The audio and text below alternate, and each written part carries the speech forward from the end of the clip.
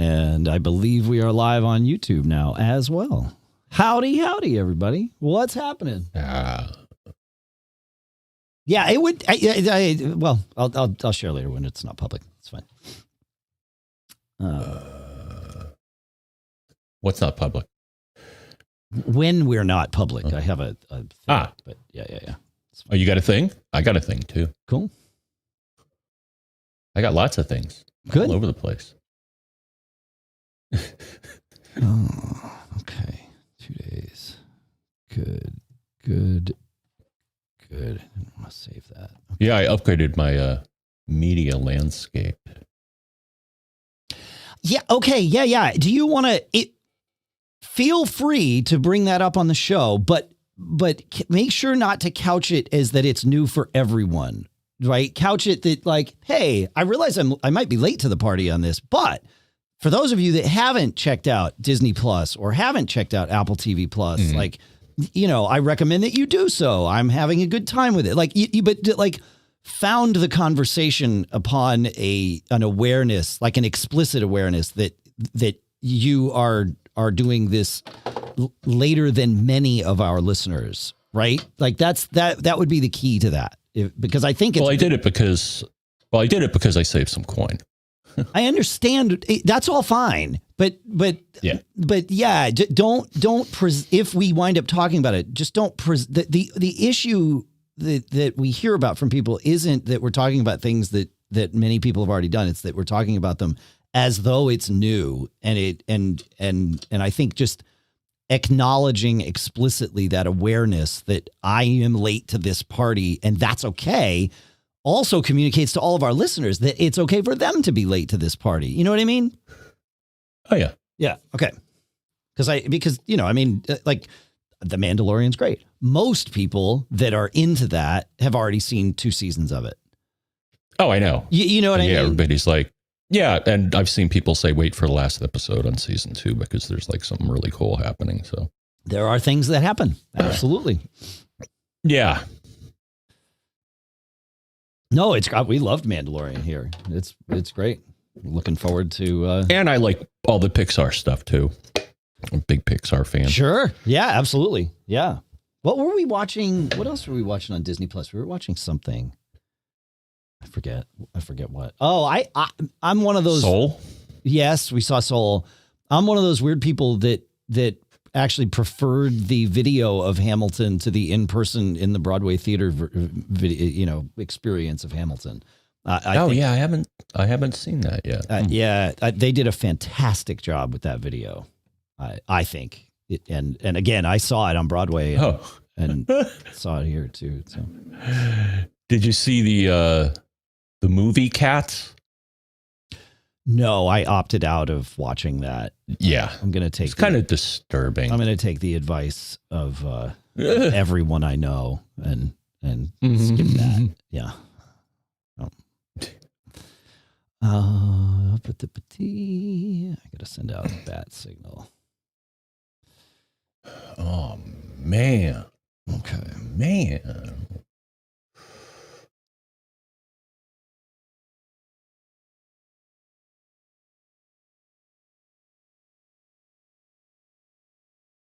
Okay, so now review. 8:53. Okay. Here we go. All right, that's live. Cool. Wait, hold on. There we go. What is this? 853? Yeah. All right.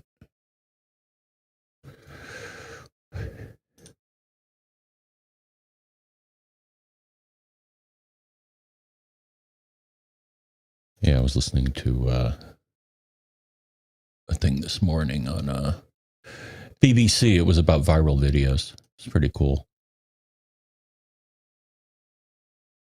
It had poor Rebecca Black. Remember that? Oh, the Friday thing. Oh, yeah. Oh, man. Everybody was so cruel to that poor kid. Then I saw her in a Katy Perry video, so yeah, so yeah. she made it. She's doing fine. Yeah. But it was pretty awful. Here we go. We are live. Thanks, Brian Monroe. Oh, yeah. MGG Facebook page. I got to go share this on Facebook's. A balmy 32. Yeah, it's, oh, there's my note. No. That's 41 here today. Yeah, it's, in fact, I'm looking forward to going out for a hike after. What? After we do our show. Yeah, why am I not getting my weather? Share now. Public. Oh, yeah, 41. Uh-huh. Yeah. Yeah, it's nice here in New England. It's not too bad. I mean, relatively speaking, you know. Good morning, gentlemen. Sorry to hear about your dish box, Michael Ehrman. I'm glad they're out there on a Sunday. That's great, man. Dish? Oh yeah. Okay. Yes. We may be getting a fiber. That would be amazing, man. Yeah. And you could have gigabit in both directions. Yeah, though I checked it. Yeah, our selectman announced the company is getting into our market to, well, basically give us another choice. Because right now your two options are Cablevision and DSL or something. And Frontier. Right. Which is DSL. And yeah, the thing is, I went to them. Their map shows that I should be getting service, but when I pop in my address, they're like, "Nope, not for you yet."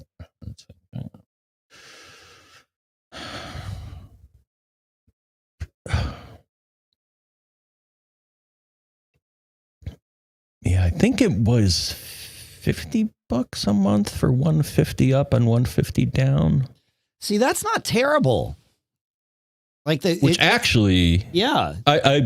So it's like, would I rather have that than my 200 down, 35 up? 100% of the time. Yeah, I guess. Yeah, I mean, it's nicer to have symmetrical versus asymmetrical. Or just more upstream than 35, which is crazy. Yeah, the thing is, I don't need it, really. Well, maybe I do.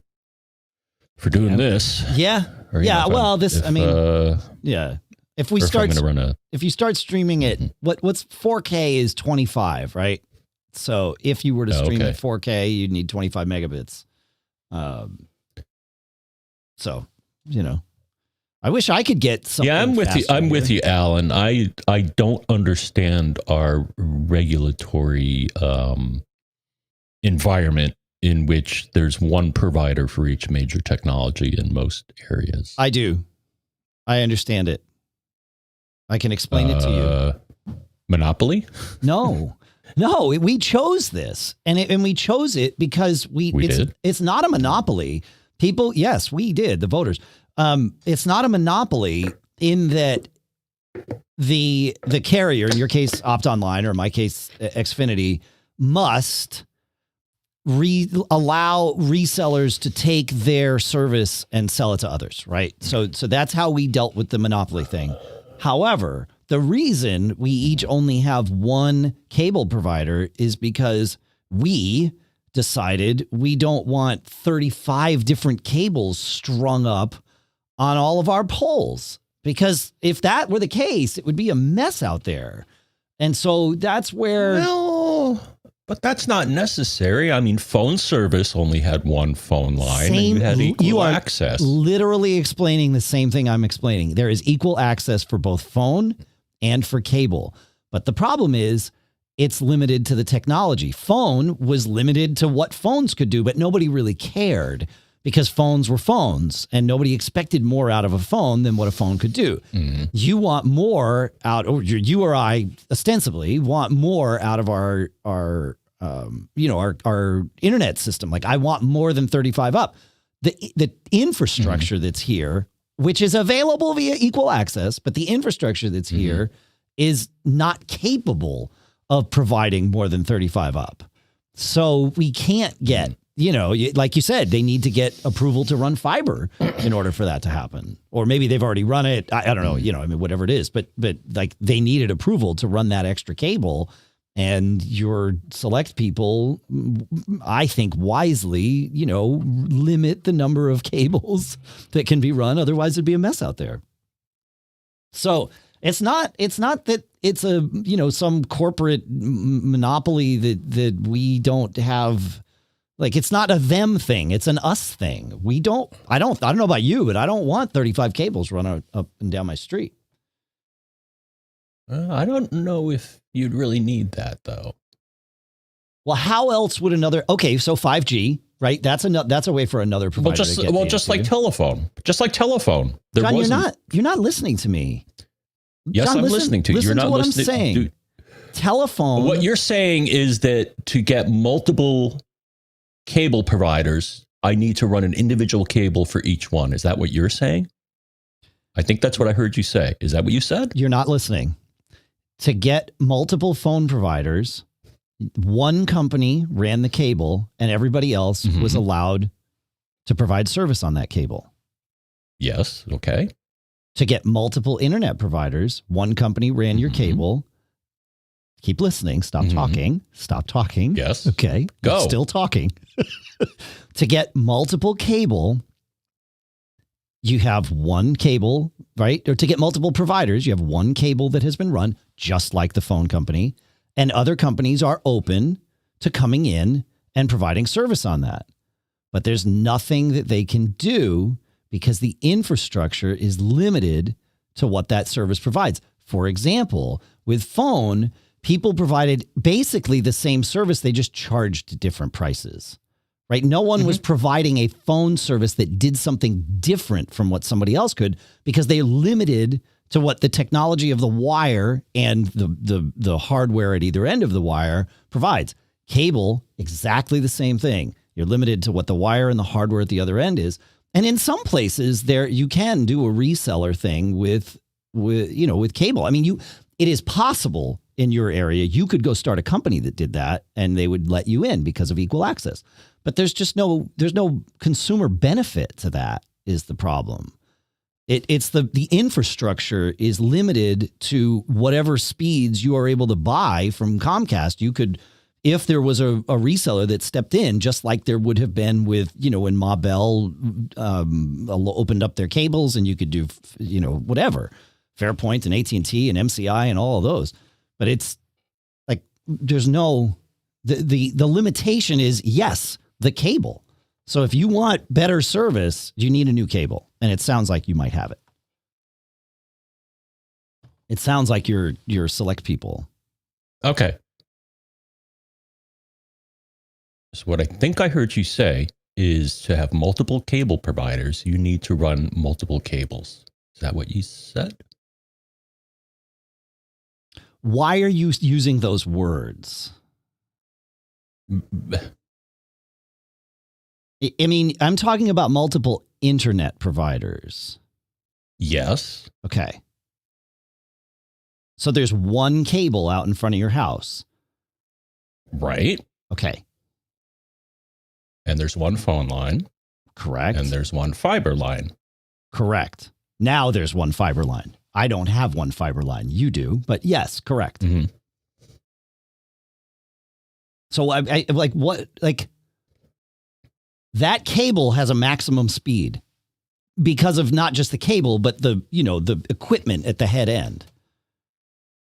No matter who sells that service to you, that equipment has one speed, one maximum speed. Obviously, you can buy different levels of service. Right. So let's say I want to offer cable in my town. I want to set up a company to offer it. You can do that. You probably won't get approval to run an extra cable, but you could run on Optum, whatever that company's called now. You could run on their line. Exactly. So I could plug into their router or their head end. Like that if I offered you'd resell what they have. Just like we did with Ma Bell and all that stuff. That equal access applies. Okay. All right. Now I think I understand what you're saying. Yeah. But it'd be nice to have competition. At one point, SNET offered internet, Right. along with Cablevision, and guess what? The prices went down because there was competition. At the time, the problem is the technology of cable is much better than the technology of copper, of twisted pair. You're right. You know, so you could do ISDN, you could do DSL, but DSL maxes out at, you know, at whatever, 12 megabits a second, something in there for most people. So when cable was in that 10 megabit per second range for all of us, yeah, like DSL and cable competed with each other and it brought the prices down. But cable technology leapfrogged that and has not looked back, whereas DSL sits right where it is. Fiber is what you need, but that requires another cable to be run. And everybody says, no, I want that, but not in my backyard. Right. And actually in the chat room here, some people are making a good point, is that I'm fairly certain that Optimum is actually fiber backbone and cable to the house. So it's a hybrid. So yeah. Okay. Yeah. Okay. So there you go. That makes sense. Well, yeah. I'm glad we got that out of the way. Oh yeah. No, Coach. Yeah, you make a good point. I have seen those pictures of 100 different phone lines on a pole. Yeah, we don't. They have that in other countries, and it's you know, no, it's not what we want here. We've chosen. Yeah. But you have choice. You have choice. Yeah. You have a beautiful view and choice. Yeah. All right. Well, let's get down to it. That was a fun tangent. No, it's a good, it's a good little pre-show thing. I think so. I was telling you something. Yeah. And the other thing that makes me sad is, especially in the sticks, is I think there are people that still use dial-up because that's the best you get. Yes, for sure. And that's where 5G is really going to help too. Right? Because you can get that and use that to the home, 5G to the home, and you're good to go.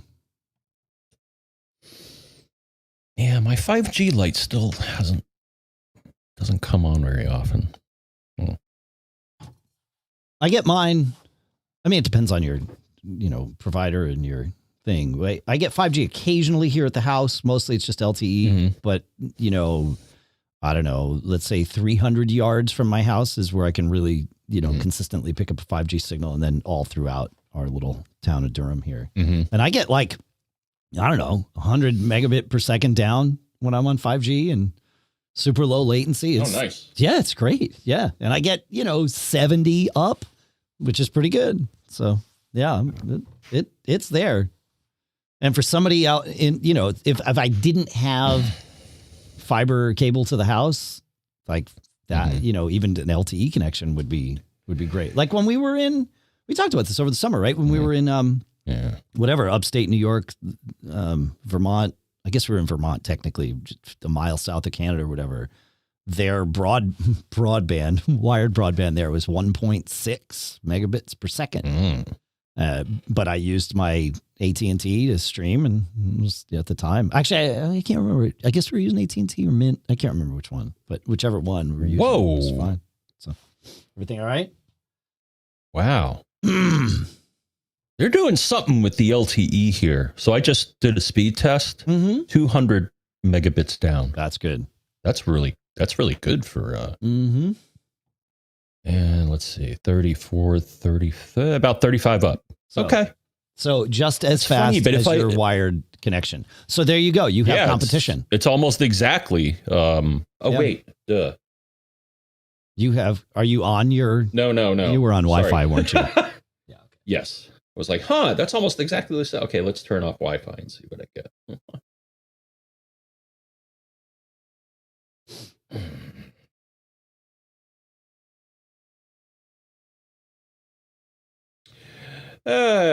Okay. Well.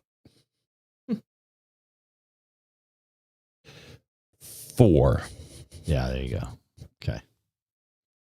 Yeah, but I've had it where I've gotten like 10s and sometimes 100s. I guess it depends on where I am. Yeah, right. Yeah, I tune their network or something. and 23 up. That's weird. Huh. All right, let's do this thing. Let's see. Okay. I'll look at what I get indoors here on 2 bars of mint LTE. So I'm getting about 20 down. Yeah, sitting at my desk. 20, maybe 25 down. Let's see what up goes. That's solid. And a 49 millisecond ping. That's key, yeah. 20 down, about 4 or 5 up. So yeah, there you go. All right. Okay. Okay.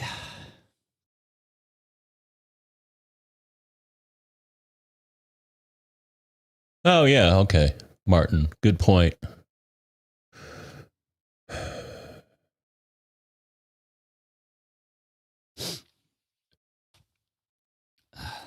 All right.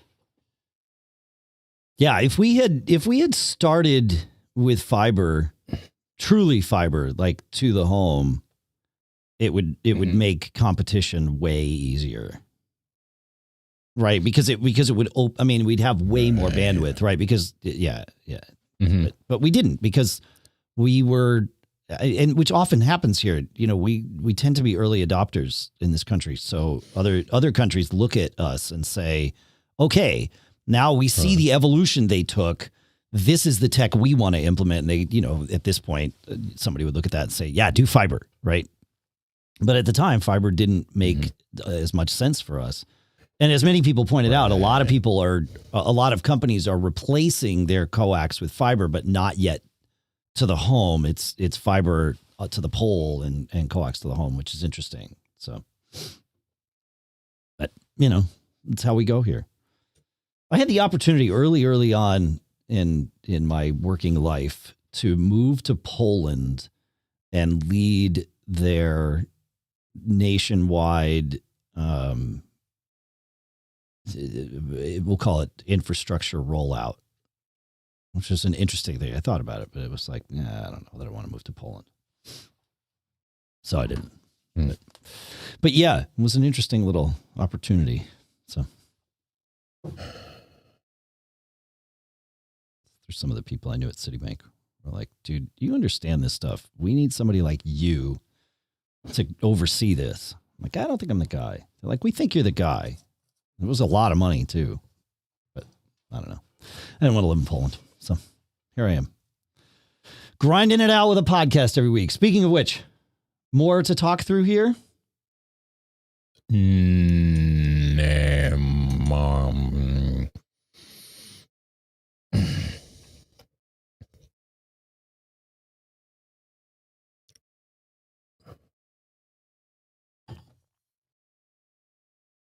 Oh, all right. No, I think we're, yeah. Cool. All right. All right. Let me find a song that's not going to get us in trouble here. We'll go with this. We'll keep it mellow. All right, folks. We'll be right back.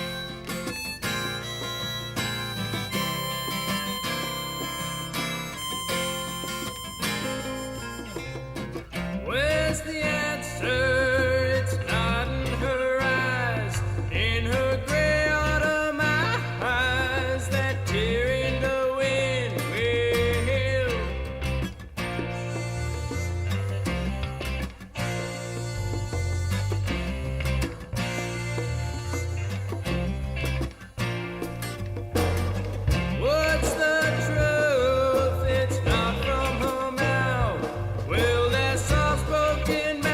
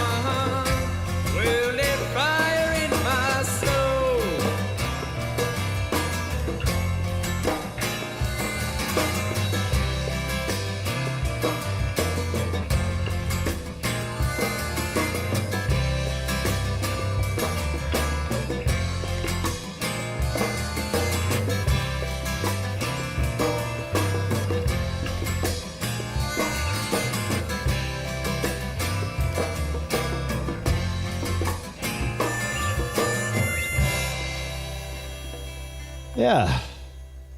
Let's see, is Mr. Braun back yet? Not yet. All right, well, it's just us. Coming over my... as fast as they will let me have cable line. And they're about to start charging me for my my overages, I'm sure. Because where we are here in New Hampshire is no longer a... whatchamacallit. We're no longer grandfathered with the bandwidth tiers or whatever, not bandwidth, usage. Data caps. We will be subject to data caps. And that sucks.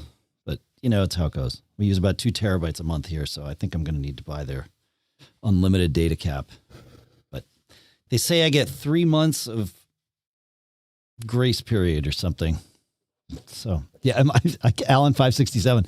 I can't tell whether you mean that I'm the one abusing or I'm the one being abused by the data cap. But yeah. Uh-oh. Hold on. Be right back. Okay.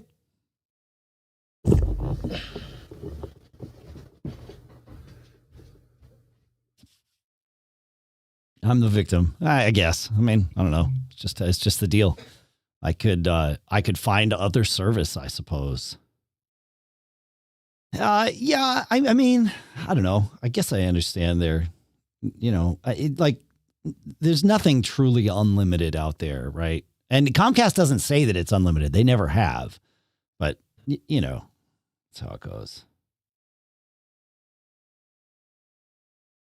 School district in Utah supposedly created their own internet service to provide service to students who generally had very minimal service. Not even capable. Oh, interesting. Yeah. I'm wondering what places like that are doing. That's smart. Really smart. I like it. That's good. Now I'm higher. Okay. I think I am at 2,500. How are we doing on the stream? Health, 31 minutes ago. We settled right in. That's good. It's interesting how it flared up and flared down. Okay. Yeah, well, I'm going to deal with data caps because some people say you can't fight City Hall, but I think it's more apt to say you can't fight Comcast. So, but I'm going to try. I have friends, so I don't think it's going to work. All right. Where are we? What are we starting with here? Oh, yeah. Some good ones. Okay. And then we've got this. Oh, man, we are so far behind. Skip this version, please. Okay, let's go. Ready? Oh, hang on. 32, 31. Yeah, I'm good with it. All right, let's do it. The Mac Observers Mac Geek Gab episode 853 for Monday, January 18th, 2020. Oh, 2021.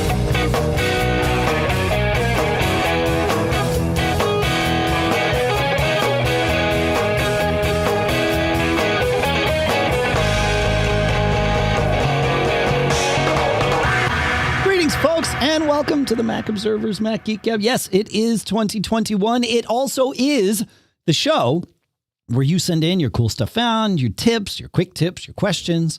We find our own cool stuff found. We find our own quick tips. We find answers to your questions, and we mash it all together in a way that allows each and every one of us to learn at least 5 new things by the time we finish each and every week.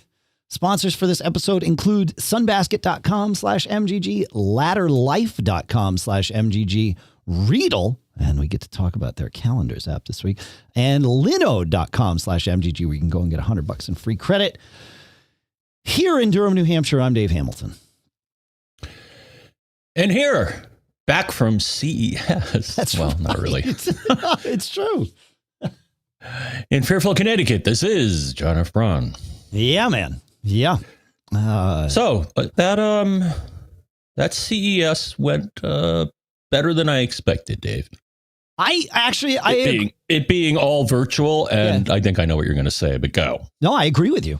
I have nothing. Yeah, I liked it. I agree. It went way better than expected. It was far more valuable than it could have been. I think given that this happened in January and not June, was a huge boost because people, different companies, different organizations, different events had the opportunity to kind of figure out what does work and what doesn't work. And CES definitely benefited from that, iterative learning that we have, or we had. So yeah, I don't know. I thought it went well. My only issue is that by not being in Vegas, two things. Number one, you don't get to really see people. You don't get that, chance encounter, I guess, is the real key. Right. And that trust building, it can happen over Zoom. And I definitely met some new people for sure, and strengthened some existing relationships and all of that. But not seeing people in person, like that is an important thing. And I hope and think that will return once we're able to do that safely. The other thing I didn't that I consider a negative, and this is going to sound crazy, is that I wasn't in Las Vegas.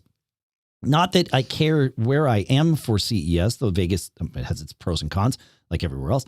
But being here at my desk, I didn't carve this week out of my schedule like I would have were I traveling. And so, regular work, trying to sort of intersperse and balance that, I'm clearly not an expert at that part yet. I suppose if this went on for years and years, and let's hope that it does not.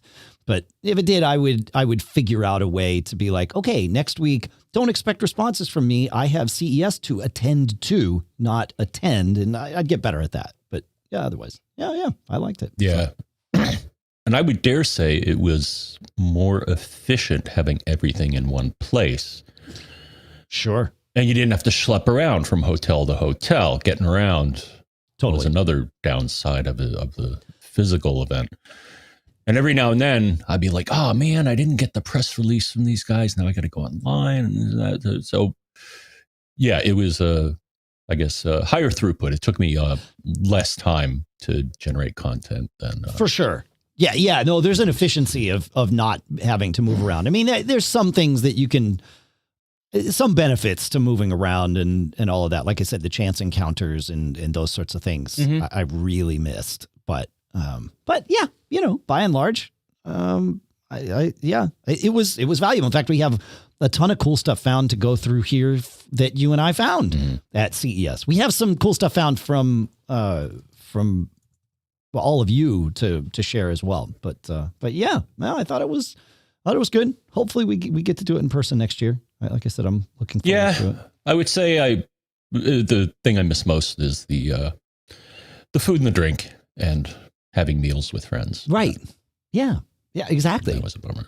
Yeah, it's a bummer. Yeah, exactly. Yeah, I agree with you. Yeah. All right. Let's go. Yeah, we'll do a couple of cool stuffs found from you. First is Mark reminds us or tells us that Cocktail, the macOS utility for one of those sort of Swiss Army knife types of macOS utilities, for those of you that don't know, is now available for Big Sur. And of course, we'll put a link in the show notes for that. And John, when I saw that email from Mark, so thank you, Mark, I thought, wait a minute, I have not yet looked, at least not recently, for OnyX for Big Sur. And of course, as you might imagine, OnyX for Big Sur is out as well. So, and I think I can't tell when that came out, but I looked for it for a while after Big Sur launched and it didn't exist. And now it's up to 3.9.4. So there have been a few iterations of it, which is great. Figured I'd let it, if I didn't know, I figured at least one of you also didn't know. So I share. It's what I do. It's what we do here. Any thoughts on any of that, John, before we move on? Nope. I was trying to see when. They don't put dates in their release notes. Yeah. Should always put dates in your release notes. I like it. Yeah, certainly. All right. Maybe they don't want to put them in there. I don't know.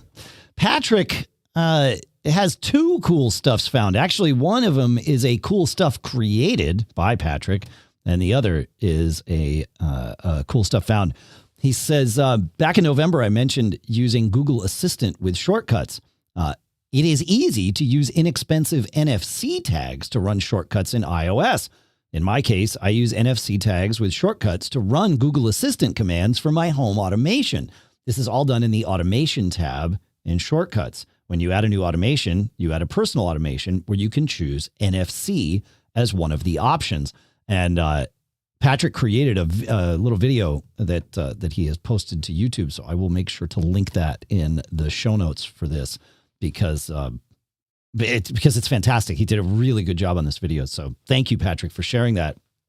And he says, in reference to show 852, last week's show, he says, you were talking about Spotlight and how you use it to launch apps and things like that. He says, I personally like using Alfred at alfredapp.com as a Spotlight replacement.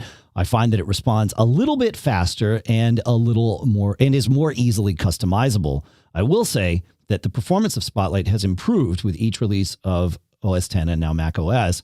Back in the day, I used an app called Quicksilver because Spotlight was a bit sluggish back then. Well, I agree with you. Thank you for sharing, Alfred.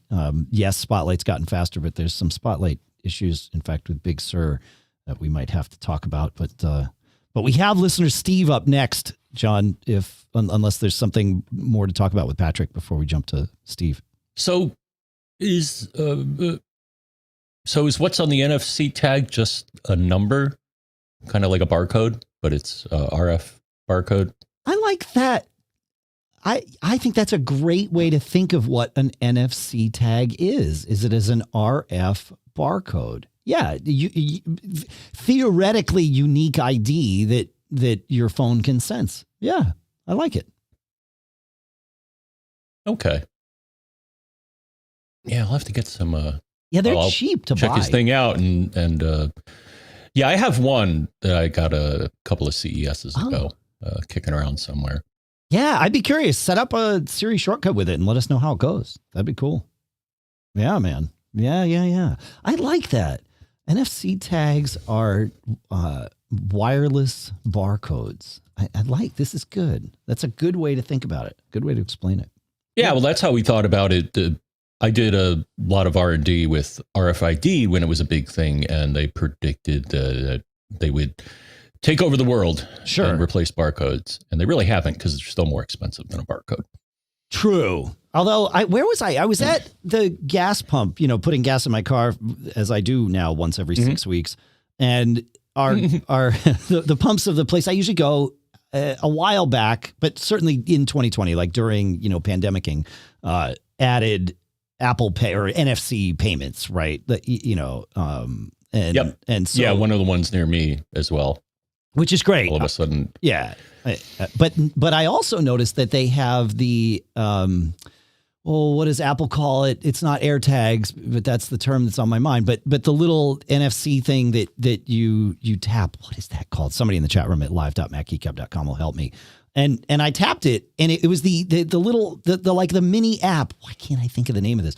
But it's the thing where you tap, you tap a little NFC tag. It's not an NFC reader. It's just a passive tag, and your phone says, "Oh, are you at a whatever ExxonMobil station?" And it launches that little mini app that happens inside of iOS, and it says, "Cool, let us confirm. Are you at pump number 5? It's like, I am at pump number 5. Yes. And then I went through the process, and it was like, I could sign up for their loyalty thing if I wanted, or just pay with Apple Pay right there. And it all happened without needing to, AppClips, I think is what it's called. Right, Darren? Darren in the chat room, I think has my back. AppClips. I think that's what it is. Yeah.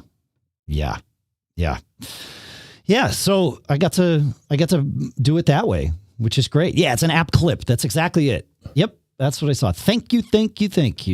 So, and I'll give you a tip, and maybe I'll give you my affiliate link. Gas Buddy. Okay. It's a tool that basically you either report the price of gas at nearby gas stations. Yeah, I've seen that. Like my car tells me the prices of gas, and it says sourced from Gas Buddy or something. But then you can get what I think they call a fleet card, which I have from them, and it ties into your checking account, and you get at least 5 cents off the posted price. So that's kind of neat. Oh, that's cool.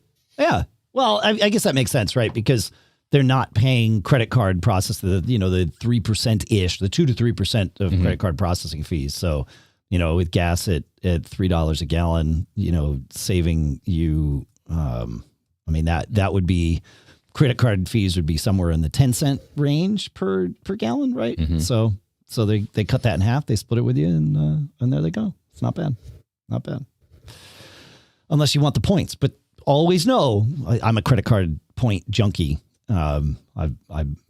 I use them all the time for various things, especially travel, which, not right now, but, a tangent off the tangent, but, beware what you're paying for fees, right? Like what was I doing? Oh, I was paying my son's tuition at Reed recently, and I had the option of, just sending them cash or paying with a credit card, and they wanted fees, but it was going to cost me like a fortune in fees, and it wasn't worth it. I always look at fees either based on how many points it takes to earn the value of a hotel room night or an airline ticket, and compare that to what you would pay for a hotel room night or an airline ticket, because that's essentially what you're doing. And in this case, it was going to be like more than double what I would pay for a hotel room night to earn those fees. And it was like, okay, yep, I'll just send them the money. It's all good. Don't need to buy those fees at that price. So, but a tip, the tangent off the tangent, is with the pandemic having obviously slowed down, or for, most even stopped all travel, your travel cards were worth less last year because you weren't able to use the points that you're earning. Now, of course, you'll be able to use them in the future, but many travel cards, if you call and ask, will waive or reduce your annual fee when that comes up for renewal this year. So if you have a minute, again, dollars per hour, right? It's not worth spending the time, it's not worth spending 2 hours on the phone to save $10, but if you can make it happen quickly, or even via their, if they have chat or whatever, so that you can do it asynchronously, and while you're doing other stuff, if you can get them to waive that fee without a whole lot of time and headache, then it's worth it. So maybe I'll try that. Because one of my existing card companies sent me a solicitation for a travel version of their card, and they're like, "Yep, $95 a year," and I'm like, Well, that I can negotiate that down. Yeah, because they offer lots of perks. Yeah, the fee, that's pretty typical. Somewhere between $75 and, $100 a year for a typical travel card is normal and quite worthwhile if you're taking advantage of most of the perks, like you said. So, yeah. Yeah. All right, any more on that, or is it time to go back to Spotlight? Go. Okay. Steve brings us to, he says, I have a brand new 2019 MacBook Pro 16-inch and am experiencing Finder/Spotlight issues that are baffling me and Apple tech support. The recents in Finder, as well as smart folders I create, only work for a short time, less than 1 hour after a reboot or a forced reindexing. Modified files are not shown in these Finder lists, but if I manually scroll to find one of these recently found files, it shows the conflicting data regarding modified date. The issue is driving me crazy because I can no longer trust Finder. I have downloaded a third-party app from the App Store called Find Any File, which never fails to find the same files that Finder cannot. I've been on 2 separate calls with Apple Tech, and after reinstalling Big Sur from the recovery console, it worked for a couple of hours, only to revert back to the same old behavior. Any expert advice would be a huge help. So the first thing I want to do is point out Find Any File. This is from Thomas Templeman. We've talked about Find Any File in some of his other apps before. So it's a great app. It's available for either $6 on his website or $7.99 in the App Store. I recommend going and getting it from his website, especially if you have an M1 Mac, because if the website version you can update to beta releases and it is universal. So my feeling is I always download direct from the developer as opposed to the Mac App Store, but I understand that there's a great argument to be made to do exactly the opposite of that. One of the things I noticed on Thomas's website, though, was right there on the Find Any File page where you can pay for Find Any File. He has a list that says alternatives to Find Any File. And he talks about how, look, not everybody's going to be happy with an app that works one way because we all have different brains. And so he recommends several popular alternatives, including EasyFind, which is from our friends over at Devon Technologies and is free. So there you go. You've got two options, and of course you can read more about. He's got a bunch of other options there, but there's Find Any File. Steve, you are not alone with your issues with Spotlight and Big Sur. I've certainly experienced it. I would say that I find myself on the more fortunate end of this. It doesn't happen often for me. Where I noticed it most often, I don't mean noticed because I'm sure it'll happen again. Where I notice it most often is in mail, where searching is either slow to show me results or just doesn't show me results. But that's where I do more of my searching than anywhere else. So I don't think mail is more affected. I think mail is just more where I'm doing searching and where I notice it. But yeah, there's a slowness. I know Brian Chaffin was having a bunch of issues here on our staff. He said 11.1 remedied it quite a bit, but I don't know that it remedied it. John, have you had any issues with Spotlight in Big Sur on your Big Sur machine? Not that you've noticed. Okay. Yeah? No? No. Okay. Audio show. So we just want to make sure people hear us when we answer questions. Right. Now, every now and then I'll see a little progress bar, which means it's doing its thing. Sure. Okay. Where are you seeing that progress bar? I think that's telling you that Spotlight is doing its thing. And actually, you'll see it when you first install the OS because it has to do a big indexing thing. But then I saw it the other day and I was like, why am I seeing it? The reason I was seeing it is I had my clone backup drive plugged in and it was indexing that. And I'm like, no. So a little tip, you probably don't want to index your clone drive. So put it in the exclusion list. Yeah, for sure. Well, and I highly recommend telling your cloning software to eject your clone the moment it finishes that clone operation. And I do that on both, but also it won't eject it until it does a clone. And if you're doing a clone once a day, well, if you reboot your Mac, now your clone drive is mounted. So I have a little automator action that I put together that ejects my clone every time I boot up my Mac. Actually, I think I might have moved it inside Keyboard Maestro, but either way, something to automate that. And I created the automator application and put it in, or maybe it was even AppleScript, but I think you do it with either. And I put it in startup items so that it runs, it ejects it, and I'm done. So highly recommended so that you don't run into that. Yeah. All right. It's time. We have a bunch of cool stuff found from CES here, John, that I want to get through. And the next thing I want to do is to talk about our first two sponsors, if that's all right with you, my friend. Please do. All right. Look, what are you doing right now? You're spending a lot of time probably at home, working from home, doing things from home, projects. We geeks, our projects often involve putting something online. Well, where are you going to put it? I'll tell you where you're going to put it. You're going to put it on one of Linode's Linux virtual machines. Because with Linode, you can develop, deploy, and scale your applications faster and easier. So whether you're developing a personal project, like having some fun, a Minecraft server or something like that, or managing larger workloads, you want a WordPress site, like something like that? Sure. You deserve simple, affordable, and accessible cloud computing solutions. And here's the best part. You can get started on Linode today with $100 in free credit just for being a listener of Mac Geek Gab, right? And you can find all the details at Linode, linode.com/MGG.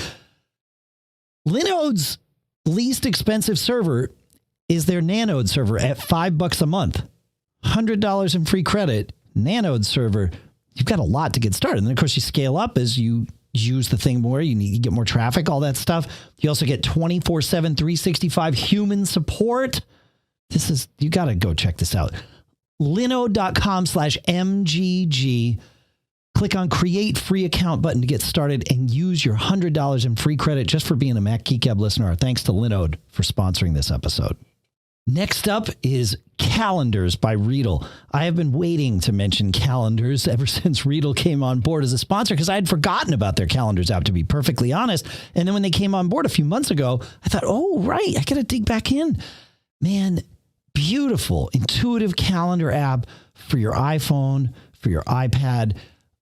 Over 12 million downloads on the App Store. You can connect to all your Google, Outlook, Exchange, and of course, iCloud calendars and manage them in a single place. And Calendars is super smart. So you can just type things like meeting with John tomorrow at 5 p.m. and it creates the event right there. It also lets you create recurring events, tasks, and you can even schedule conference calls. Very cool stuff. I like the way you can get in there and lay it out. There's a lot of, it looks good on the, right at first launch, but there's so many things you can go in and tweak. So if you're a calendar geek like me, you can really set things up the way that you want to. You've got to check this out. You owe it to yourself. So go to Readdle.com/calendars5 or just go visit, Readdle in the App Store and download it. It's called Calendars. Go check it out. Our thanks to Readdle for sponsoring this episode. All right, Dave. CES cool stuff. CES cool stuff. Let's do it. I'm going to kick it off with something from Maktar, which I've never heard of them before, called the Qubii Pro. And it's an updated version. They also have something called a Qubii. And this one's faster and better. Because it's the Pro. Yes. What is it, you may ask? And I'll tell you exactly what it is. So it's a small square-shaped device. In one end is a USB-A port. Okay. In the other end is a USB-A receptacle. And there is so what you do is you plug this into your charger, and then you plug your existing cable into the other end. And then there's a slot for your own SD card, up to 2 terabytes. So this is bring your own memory to back up your phone. Huh. Which I think is pretty cool. And then some of the enhancements they made to it. So the newer one, so there's an app for both the Qubii and the Qubii Pro. So the Qubii Pro adds a few things. You can interact with the Files app in iOS.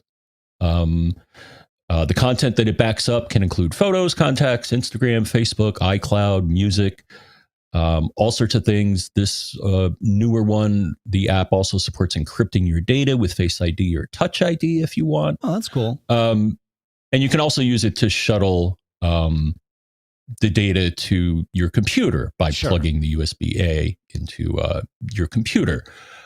And it also supports the USB 3 speeds. So that's nice. So the original Qubii is $39.99. The Qubii Pro is $54.99. Okay. Cool. And that's it. So cool. Awesome. Sweet. Fun. All right. Let's see. My first one is something that I wished I had last year when traveling at CES. And it's Plugable's new USB-C 7-in-1 hub. It looks a lot like the Anker hub dock, whatever you want to call it, that I travel with.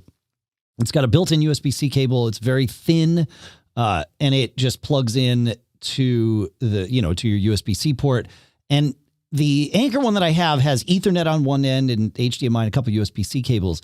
This one from Plugable has Ethernet on one end, HDMI, a couple of USB-A cable, A ports, on the Anker one, also here, right? So 2 USB-A ports, an Ethernet HDMI plus 2, SD and micro SD slots, and this is the big one, a USB-C port for pass-through charging.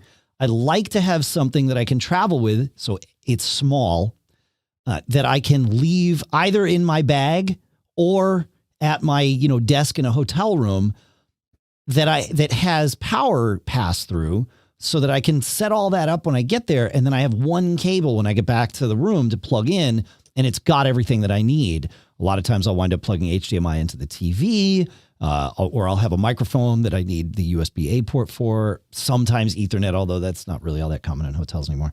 But, like those are good things to have, and I'm really stoked about the pluggable one, and it's $35. So that's my thing. Links, of course, in the show notes to all this stuff. So what do you got next, John? All right. What I got next is something from Origin Wireless, the Hex Home wave-based security system. What kind of waves, you may ask? I'll tell you what type of waves, Dave. Wi-Fi. And I think it's pretty impressive what they can do. So they have the base, and then called the Hex Command, and then the Hex Sense is a wall plugin. And once you plug all of these things in here, they have an app, of course, and you can see events as they happen. There's different sensitivity settings. The neat thing is that the system with these three components can cover 1,500 square feet, which is pretty impressive. And it's going to be out in the summer. It's going to be $199.99, and they'll offer they're talking to people about offering a 24/7 monitoring service, I guess, to send the cops if you're not home. Interesting. So. That's fascinating. So we've seen this tech before. Yeah, I was trying to find. I know there was another company that announced a product that did similar with RF. I don't know if it was Wi-Fi, but Wi-Fi can. I mean, especially 2.4 gigahertz. I mean, that's what's in your microwave oven, and things that have water in them, it heats them up. And likewise, with this device, the Wi-Fi is detecting the bags of water that walk around. Right. Yeah, exactly. Right. Yeah. So the two that are in the market now and have been, in fact, for quite some time, is Plume has the Wi-Fi company, right? The mesh Wi-Fi company. And again, think about this, right? Lots of points around the house. They call it Plume Sense, and it uses the Wi-Fi not only in the Plume devices, but in the devices that you tell the system are fixed in place. So not your phone, not your laptop, but maybe your iMac, or maybe, a hub for something else. And it will tell you, and you assign things to rooms, and then it tells you where there is motion. And I think Linksys Velop did the same thing. They may have been the first ones to do this. I mean, we're going back years now. Yeah, Linksys Aware is their motion detection using Wi-Fi. So they've been doing it more as a value add to their mesh systems, whereas it seems like Origin is leading with this. It's not it is a mesh system, but it's not for your devices. It's for their devices. And the interesting part to me is that they're saying that it's reliable enough to truly call it a security system. My experience with Plumes and Linksys is, Plume Sense and Linksys Aware is like, it works, it's fine, but I definitely wouldn't want the cops coming to my house for false positives. Let's put it that way. Right? It's not that good. So maybe Origins is better, or maybe this is why it's not out yet. Yeah, they talked about having, different sensitivity levels. Yeah. And also through the magic of their technology, they, will be able to tell if it's a person or a pet, because you don't want your pet setting off the right. So unless you got like a really big dog, it should only detect human invaders. Right.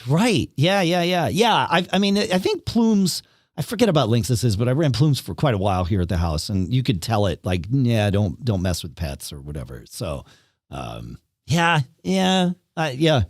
curious if Origin really can make it out and make this like truly work as a reliable security product. So, but that's the beauty of CES, right? Is we see these things at early stages, and sometimes they delight us, sometimes they surprise us, and sometimes, they do something else, which is fine. Another dock, John, that came out is OWC's new Thunderbolt expansion dock. So it's the latest iteration of OWC's Thunderbolt dock. This one, John, has, 4 USB-A ports. It's self-powered. Okay. So it's Thunderbolt that connects to your laptop. And will power your laptop or your desktop, right?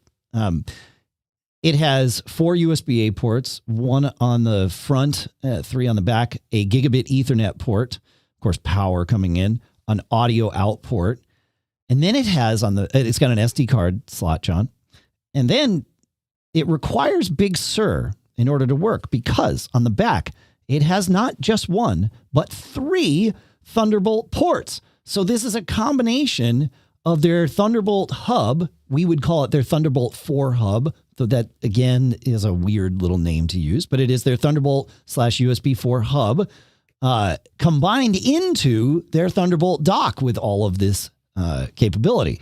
So I'm really stoked to see this all in one box. So you don't have to get the hub plus the dock, to do it. You could, depending on what ports you need, you might still find that that's the way to go. But I'm really stoked to be able to see this. So yeah, pretty cool. Fun, right? But you got to have Big Sur because Big Sur unlocks that feature of Thunderbolt for your Mac. So that's just how that works. Another one that I wish I had on the airplane to or from CES is Earin's new in-ear headphone. These are the earbud. The Earin was the first to deliver true wireless earbuds ahead of AirPods, certainly ahead of AirPods Pro. And they've had 2 versions out, and now this is their 3rd version. It's even smaller and sleeker than their prior 2, but has a 14.3 millimeter dynamic driver in there, which I can only imagine delivers fantastic sound. That's pretty massive for a driver to go in the ear. And it's not a balanced armature. It is just that 14.3 millimeter driver. So it's really going to move some air. And it's going to be $199. They expect it out later before the end of March. So before the end of the quarter. And it's got a microphone in it, an accelerometer, and of course, their own algorithm that monitors background noise in real time. So it's actively doing its noise canceling, removing ambient noise, and 5-hour battery life, and USB-C wireless Qi charging, which I am finding is a huge thing for your wireless earbuds. It really makes a difference to not have to plug them in, to be able to just toss the case down on a Qi pad and be good to go. So I haven't been able to test them yet, but I'm stoked about their existence, especially based on Earin's track record. So links in the show notes, of course, John. You got a couple to do there, John? Yes, I do. Sweet. So August was showing the 4th generation of their smart lock, which they call the Wi-Fi smart lock. And here's the interesting thing about it is that it really isn't a lock. Well, it kind of is. But what it is, it's something that you place over your existing deadbolt, and then it gives you smart functionality. So, yeah. So isn't that neat? A whole lot easier to install, I would say. Yes. Yeah, I would imagine so. Yeah, maybe I still don't have a smart lock. I mean, I got the doorbell and all that, so I can tell if people want to break in. But yeah, I've got a Lockly one, a Lockly one on one of the doors, the door that we use most often late at night in the house, and it's also the door that's 2 stories down from where our bedrooms are. So it automatically locks at midnight no matter what. And then B, it's got a fingerprint Touch ID type sensor on it, as well as a keypad. So I can, easily unlock the door, all of that stuff. So yeah, it can be handy, very handy, in fact. So yeah, yeah. Yep. But so once it's on your Wi-Fi network and you run their app, you can then, open and close your door. They have a special thing in it called a door sense sensor. So it tells you if your door is opened or closed. And I've done this once or twice where I come in the house and you're carrying groceries and stuff like that, and the door doesn't shut completely. So this will tell you if you blew it. So that's pretty cool. You can hand out guest keys or virtual guest keys, if you will. And so if other people are running the app, they can get in as well. If you want to do Touch ID or Face ID verification before running the app, it'll do that as well. So that's, another level of security. So does it have pieces that go on both sides of the door? One to control it's just on the inside. So if you wanted to give me a code, for example, I would have to download the app to my phone in order to unlock your door. Is that right? Yes. Okay. All right. So your Wi-Fi needs to be working in order for me to be able to unlock your door. Yes. Okay. Okay. So bear that in mind. In general, when you're buying a smart lock, folks, bear in mind what contingency plans exist or don't exist in order for you to be able to use that lock, right? I mean, there's still a key on the outside of this one because it's your old deadbolt, right? So there's always that option, right? But just bear that in mind as you're doing this. Some provide for those contingencies, others do not, and it's good to know. Like the Lockley one I mentioned, it's interesting, John. It has a Wi-Fi component. The lock itself is battery powered, as you would imagine. And then it's got like a little thing that plugs into the wall that connects to my Wi-Fi. So it's Bluetooth to that and then Wi-Fi, to the network.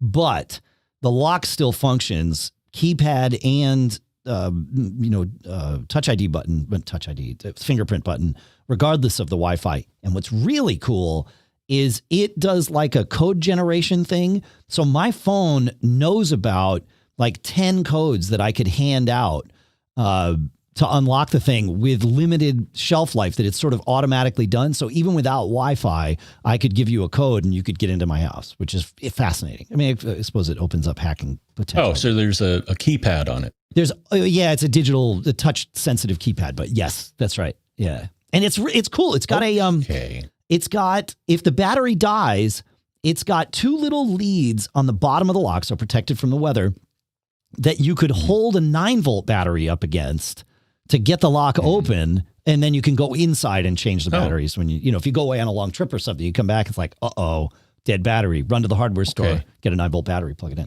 So, does it randomize the digits on the keypad? It does. Okay. That another lock vendor I saw, they pointed out that I guess most of them do it because if the numbers are in the same place, then eventually you're going to see what the code is because there's going to be oil or whatever left over from people pawing it. Excuse me. All right. What else? There's a auto, so it can auto unlock if you choose so. So all you have to do is approach it. Again, if you're carrying groceries or stuff, that would be nice. It uses encryption, of course, all that great stuff, and it works with the usual S person, A person, and G person. That's great. So I guess you could. Tell your assistant to open and close the door if you're into that sort of thing. Sure. Or it'll announce if I guess someone is coming in or leaving. Cool. That's great, man. All right. $249.99. Okay. You can buy it from them or the usual home retail stores. Yeah. Cool. All right, you got one more in the smart protection. Yes. thing? Okay. So, yes, in this age of everybody getting stuff delivered, whether it be food or toys or whatever. So Yale introduced what they're calling their smart delivery box, and the concept's pretty straightforward. So it's a box. Probably want to put it to the side so people can't see it. And then what happens is when somebody comes with a delivery, they open it up, put the stuff inside, close it, and then it locks. How's that? That's smart. Yeah. And then, you use the app to unlock or lock the box. You can share access with others. You can view delivery history and receive various other notifications. And there are a couple of options. So one is a Kingsley Park cooler bag. So if you're having food delivered, get the cooler bag so the food doesn't spoil. That's pretty cool. Yeah, and Kingsley Park actually designed this here, and it's a company that actually offers non-secure delivery boxes. Okay. So Yale worked with these guys because Yale makes locks. Oh, right. You can also get a keypad. So if you want someone else to access it, you give them this keypad, and they don't have to be running an app. So that's cool. So you could give the keypad code to like your various delivery services, right? Because you can do that with, I'm pretty sure USPS, and I'm certain UPS and FedEx can keep a keypad on file so that they can open, whatever they need to get to your thing. So they could all have the availability, of opening this box, and yet no one else. Mm-hmm. Oh, that's pretty good, man. I like it.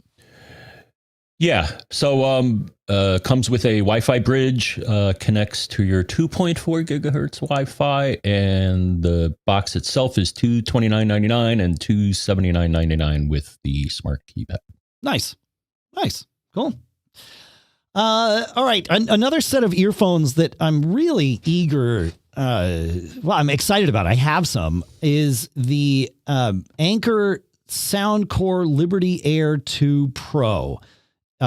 And these they just came out from Anker this week.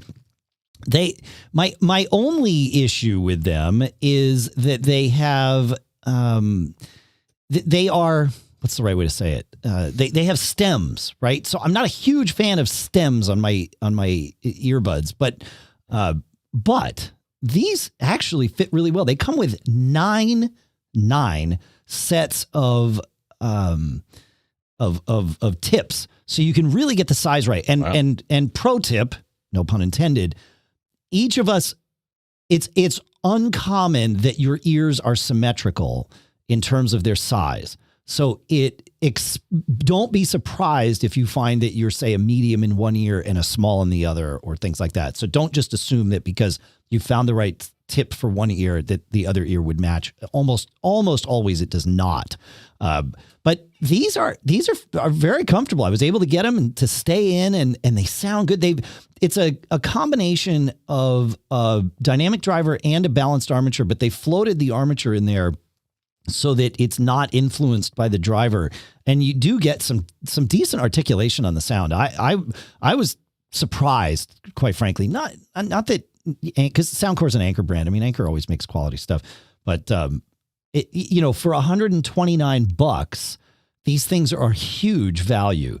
They come with a charging case that is also Qi chargeable. So again, you just put the things in, you throw them down. My son, I got a set for my son and sent him off. He had to fly back to Portland to go back to Reed, and he used them on the plane, said they worked great. They've got like 7 hours of battery life on just one charge in the earbuds, and then you can recharge them 3 times with the case once the case is charged. They've got they're active noise canceling, and you can set the different noise canceling levels and types, different for outdoors, indoors, that sort of thing. You also can do what they call their Hear ID personalized EQ, where you put the earbuds in, you launch the app, and you run essentially a hearing test on each ear, where it plays a tone, and you tell it whether you hear the tone or not. And then it comes up with an EQ curve for you, which you can then adjust from there and tweak from what they've found. And I was able to get these things. I mean, they sounded good out of the gate. I was able to get them to sound really good. And I've been impressed with these. And again, compared to what Apple's pricing looks like for these kinds of things, for $139 for high quality earphones with a Qi charging case, like it's hard to beat what they're doing with the Liberty Air 2 Pro. So I'll put a link to this in the show notes as always, but I think you're going to like them. So there you go. I've put a link. I don't think they're available on Amazon yet. I think you've got to get them direct from the SoundCore website, but obviously there's a link there. 4 colors: crystal pink, titanium white, onyx black, and sapphire blue. I got the sapphire blue and onyx black ones, and they both look great. They really nicely done. And they sound good for phone calls, by the way. I did some testing and then wound up with having a couple of conference calls on Friday. And my first conference call, John, I was all set. I like prepped ahead of time. I called our voicemail at 224-888-GEEK. What's that, John? What's geek? I think you're muted, John. Right? Are you there? Yes. 4, 3, 3, 5. We got to get you a hardware mute button so that you hear when you're muted. But I called that. I left us a message. I listened to it. It was, all good. And I took my call. Then I put him back in the case. And then I had a call about a half hour later, and I realized that the call had started like 30 seconds ago at one point. I just got, engrossed in what I was doing. And so I grabbed the earbuds, I put them in my ear, I dialed the phone, and I was on the call through the earbuds. That's a testament to how well they like wake up and pair with your device, I thought, because as we all have, pairing and Bluetooth can be kind of a pain in the neck. But yeah, these worked out great. I'm really, really stoked about it, especially at the price, $129.99. I think that's just great. So anyway, you got any more? Yes, sir. So you're not going to be the only one that talks about audio products here, Dave. I'm going to take the stage here. Excellent. Binatone showed something which they call mask phone. You can probably guess what they're combining. So it's a quality mask, and actually I learned something about masks. And it also does wireless audio, I would assume, Bluetooth. So they combine both into one unit. So the mask part, here's the interesting thing. So it comes in different sizes, small, medium, and medium large. So I guess you can get one for the kiddies. The inner filter, now this is something I learned, can either be a PM 2.5. I have never heard that term before. Oh, those are pretty common. Those are those filters when you get a mask that you can slide a filter in and out of. Those are PM 2.5 filters. Yeah, so that means particulate matter. So that level of mask is meant more for filtering out pollution, not so much viruses and bacteria. And they also have an N95 insert.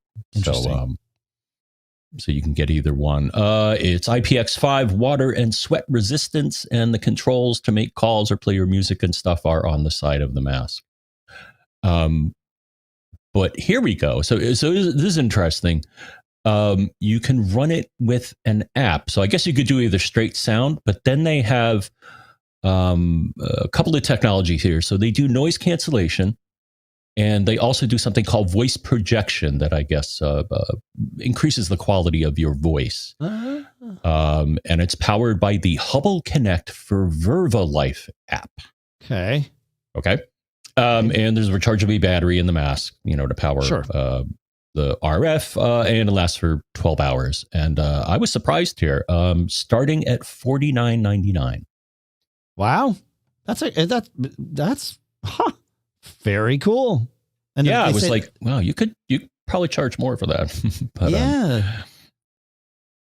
I mean, it's like the price of some earbuds, but you get a mask thrown in there. So, anyways, you can get it at their store, and it's going to be available later this year from Target and Amazon. So cool. That's awesome, man. Wow, very cool. Very cool. Huh. I like it. That's good. 12 hours of battery life. One more? One more, man. Yeah, what do you got? All right, one more. Our pals at Kingston introduced a new line, a new product line, which they're calling the Workflow Product Series. What is it? Well, there are two parts. So one is what I'll call a dock. It's a USB-C dock, and it has 4 receptacles, also with a USB-C port. And it comes with one, what I'll call a module. They call it a USB mini hub, which has USB-A and USB-C. So you can plug your various flash memory cards into it. Yeah. They also offer a standalone SD card reader and then a micro SD reader. And I asked them this, and it sounds like they may, because I know some pro photographers, compact flash is still a popular format. And I think pros typically use it because I think they're typically faster and have higher capacity. The modules, you don't have to plug into the dock. You can actually just plug them, with a USB cable. Yeah. So so if you just need, a couple of connections, you can just grab one of these and not take the dock. Right. Right. But the nice thing is that, so it has 4 slots. So the thing is, if you got lots of media or photos or audio or whatever, you can mount simultaneously all of those things on your computer. So the dock is $130 and the readers are $35 each. Interesting. That's pretty cool. Huh. What a like a little modular system. Huh. I like it. Mm-hmm. Cool.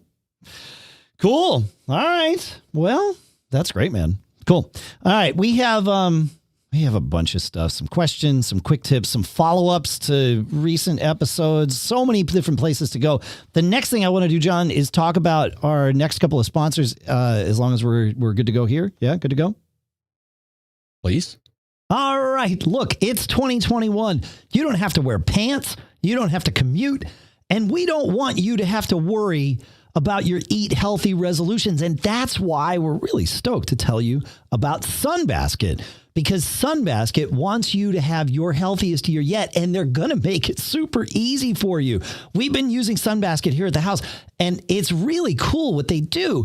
They've got these fresh and ready meals. They're just $8.99, and they're good for you and for your budget.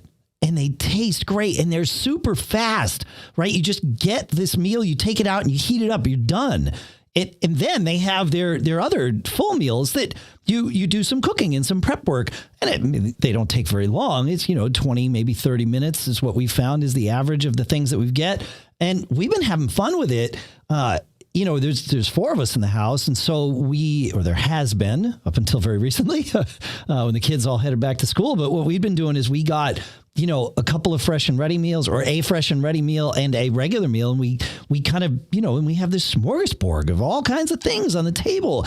Delicious stuff like buttered chicken with basmati rice and beef chili with cheddar and Greek yogurt, creamy mushroom penne with baby spinach and almonds. You've got to check these out, because right now Sunbasket is offering $35 off your order when you go right now to sunbasket.com/MGG and enter promo code MGG at checkout. That's sunbasket.com/MGG with promo code MGG at checkout for $35 off your order. One more time, sunbasket.com/MGG, promo code MGG, and our thanks to Sunbasket for sponsoring this episode. Look, if last year taught us anything, it's that it's really hard to know what's going to happen next, right? And you don't want to leave your kids or your partner with a huge financial burden if something were to happen to you, right? And on that note, it makes sense why people get life insurance, especially term coverage, which is surprisingly affordable. Why not pay a little bit each month to protect the ones you love? And if you're asking yourself this question, Ladder is your option, because Ladder makes it impressively fast and easy to get covered. You need just a few minutes, your phone or your laptop to apply. Ladder's smart algorithms work in real time, so you'll find out instantly if you're approved, and they have no hidden fees, and you can cancel at any time. And since insurance costs more as you age, now is the time to cross it off your list. So check out Ladder today to see if you're instantly approved. Go to ladderlife.com/MGG. That's LADDER life.com/MGG, ladderlife.com/MGG. And our thanks to Ladder for sponsoring this episode. All right, let's do. We've got some follow-ups from previous episodes that we've been kind of letting go, and so maybe it's time to get to them here. And we'll start with Bruce from last episode. We were talking about, we had a listener question about airdropping to a sleeping Mac. We talked about why that's not doable. Bruce says, I have the same setup. And what I've found is that if you begin to initiate a screen sharing session with the sleeping Mac, that will wake it up enough in order to use AirDrop. No sneaker net required. Still not elegant, but it does work. That's a good little tip. That's right.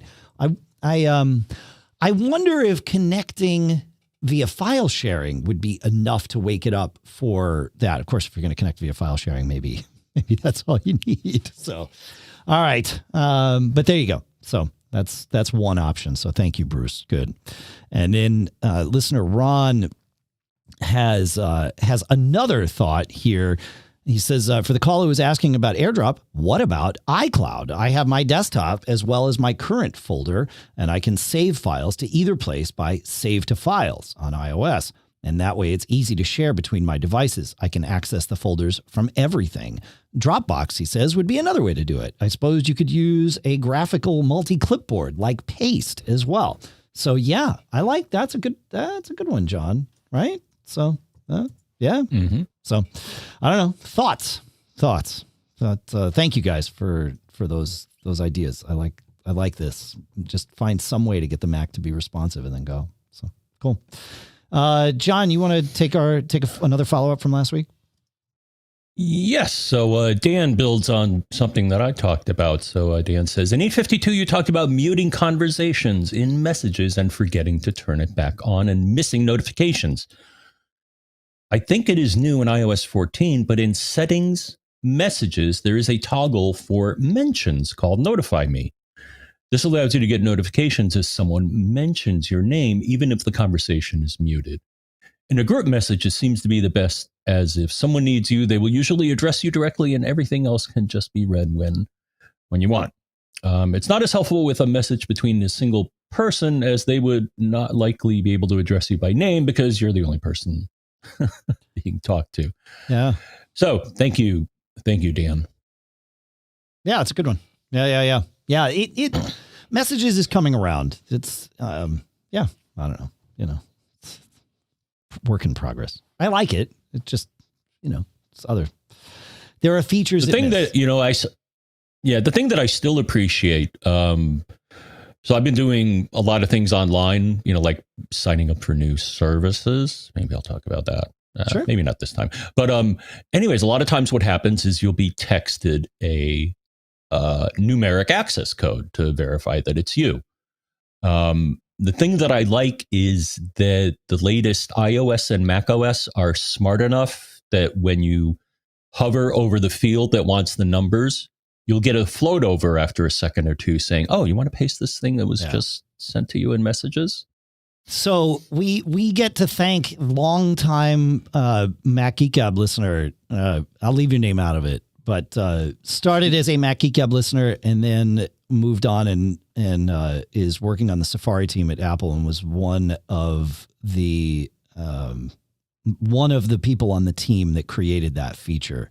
And it is fantastic. Every time there is a tweet about someone saying, just like what you said, John, like, oh, this feature is amazing, it gets like, a million retweets. This is one of those features that is doable because of Apple's integrated ecosystem and leverages all of the, coherence and all of that stuff that ties all your devices together.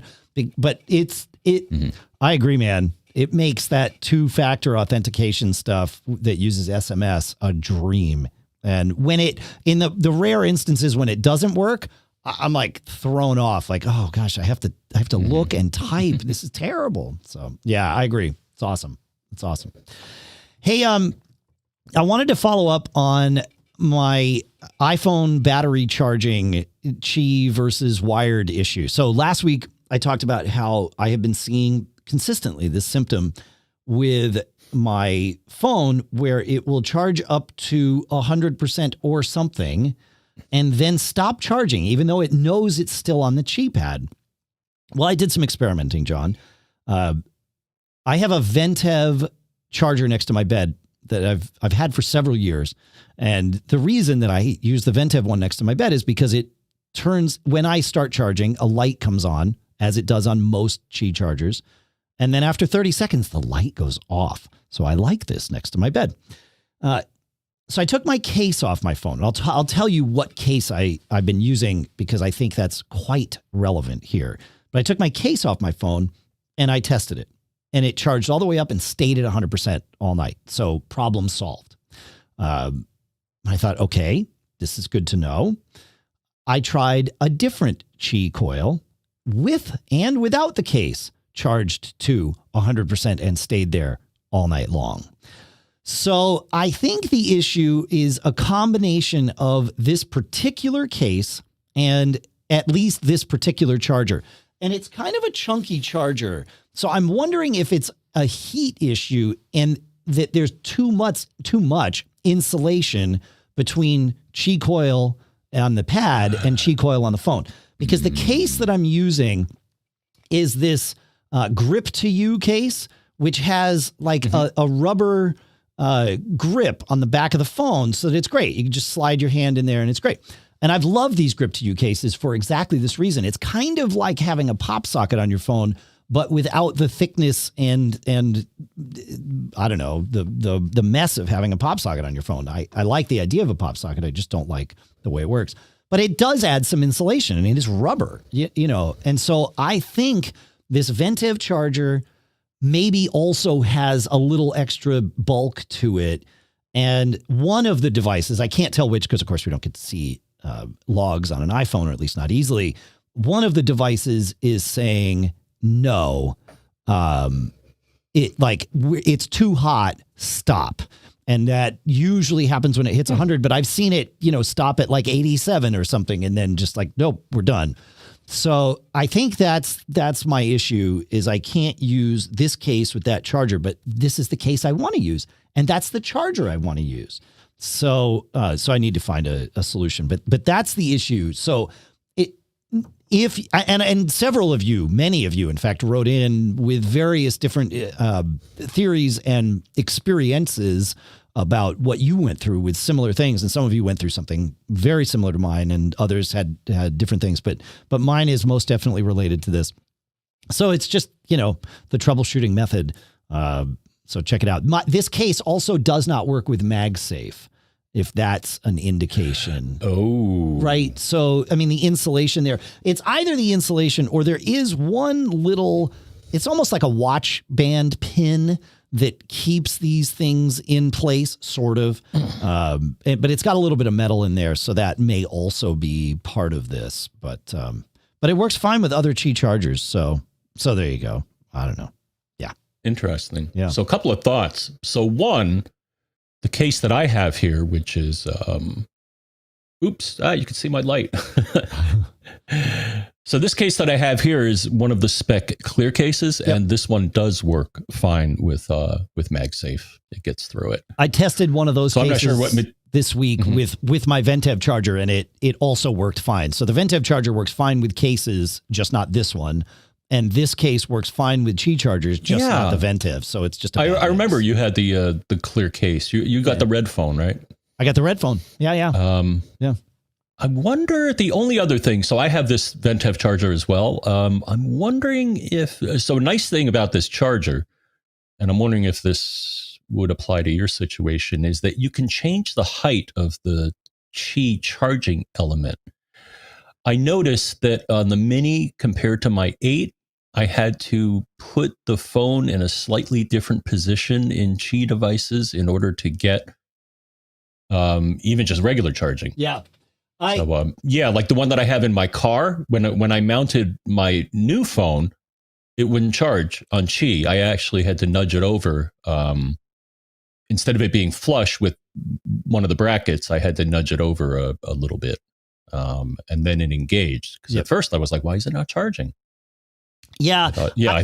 I thought about that too. And so for the last 2 nights, I've taken the Qi element completely out of the little, stand that it comes in. And I've just laid it flat and put the phone on it and really lined it up to where I know the Qi coil is based on when I put the MagSafe charger on, because that will line up perfectly with the coil. So I know right where it is and I put it on there and it doesn't seem to matter. Like last night, I think it hit I don't know. I don't even think it hit 80% before it got too hot or whatever the circumstances that it says I bail. So, it's just one of those things. It's Qi, right? So you've got to, there's heat and loss involved and devices protect themselves. So there you go. That's what I got. Yeah. You've probably gotten that screen on your phone. In the warmer months when I put my phone and run Waze or something like that, often the heat that bounces off of my dash, which is black, so it emits lots of heat. I've gotten this warning on my phone. It'll say, I'm getting too hot.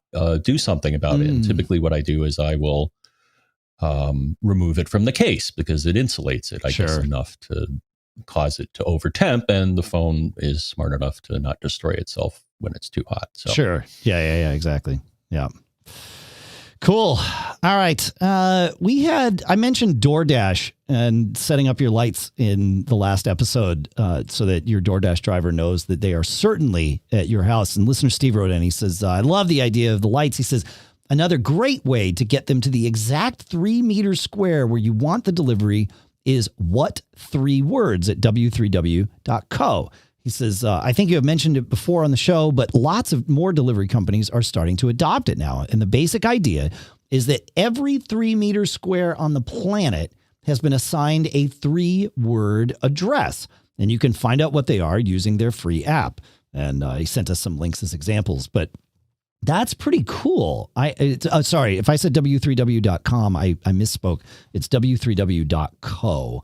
Or what3words.com, it looks like is also a thing. So anyway, links in the show notes, but that's a great idea, Steve. Thank you. I like that. We'll have to, maybe I'll put both the lights and the W3W things so that if they don't have the W3W app, they're not, they're not stuck. So yeah, I like it.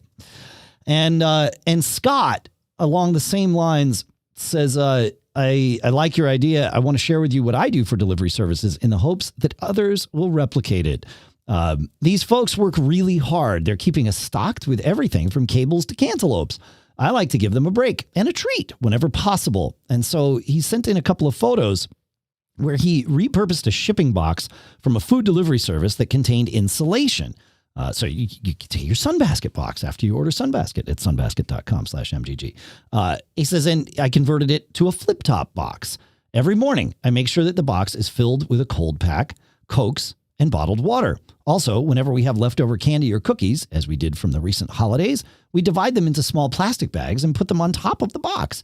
I've told all the drivers that come by that they are, whether they are delivering anything to us or not, they are welcome to come by and pick up something out of the box. He says it's a small thing, but it's really been greatly appreciated. And with everything they go through, the small amount of money that they make for this, it's just a tiny gesture of gratitude. So I like this idea. What a great idea. So we've been talking about it here at the house. We're going to do something like this too. So I like it. You can take a cooler too, if you don't, if you're comfortable doing that, like just put a cooler out and now you're good to go. So yeah, I like it. Thanks, Scott. Yep. Yeah, it's good. I want to do at least Darren here because this is something that I think a lot of people don't know about. And Take us. Do a bit of digging. Yeah, man. All right. So Darren writes in and says, time machine solution. The obvious answer to me is... So wait. Slow. Way down. What episode and what's the problem? Just so that everybody knows what problem Darren is helping us solve here.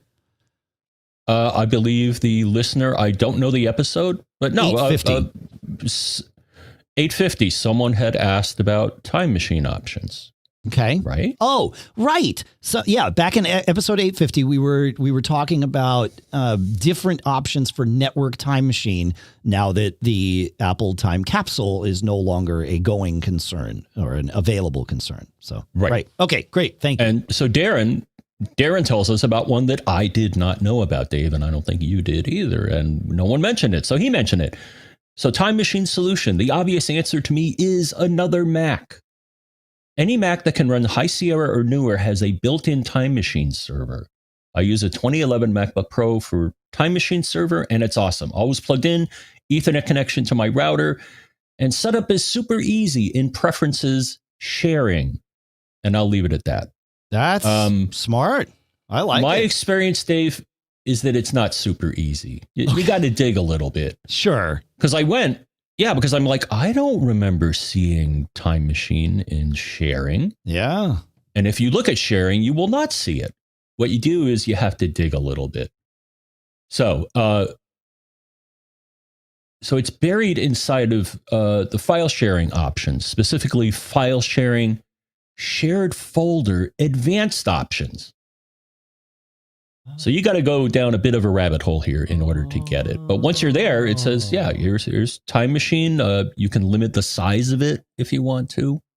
Right. So you create a shared folder, and then you right-click on that shared folder in the shared folders list and choose advanced options. And there are several things: allow guest users, allow only SMB encrypted connections, and share as a time machine backup destination. And even more importantly, limit backups to X number of gigabytes so that it doesn't just float up and bulk up your drive. That's pretty good. Yes.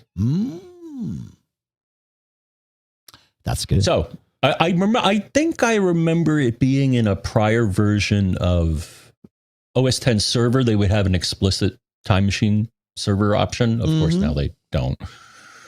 They just let you do MDM now. Just too bad. I like Mac OS X server. Right. Wow. That's pretty cool. Good one. Yeah, I'll say. You got another good one like that, or are we good with our follow-ups? I mean, we're on Time Machine. You want to take us to Dawn? Yeah, hold on. I'm lost here. Yeah, let me get Dawn up here. There we are. All right, thanks for the show. You're welcome. Referencing show 850, where we were discussing available options when the time machine or time capsule stops working. I've had many time capsules over the years, wishing Apple had not discontinued them because they worked well.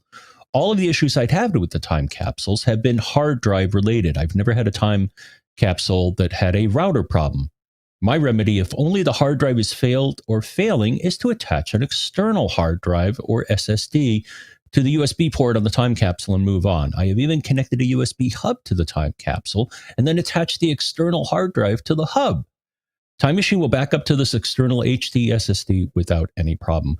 Of course, if you're using the time capsule router function, you will forever be saddled with 802.11 AC.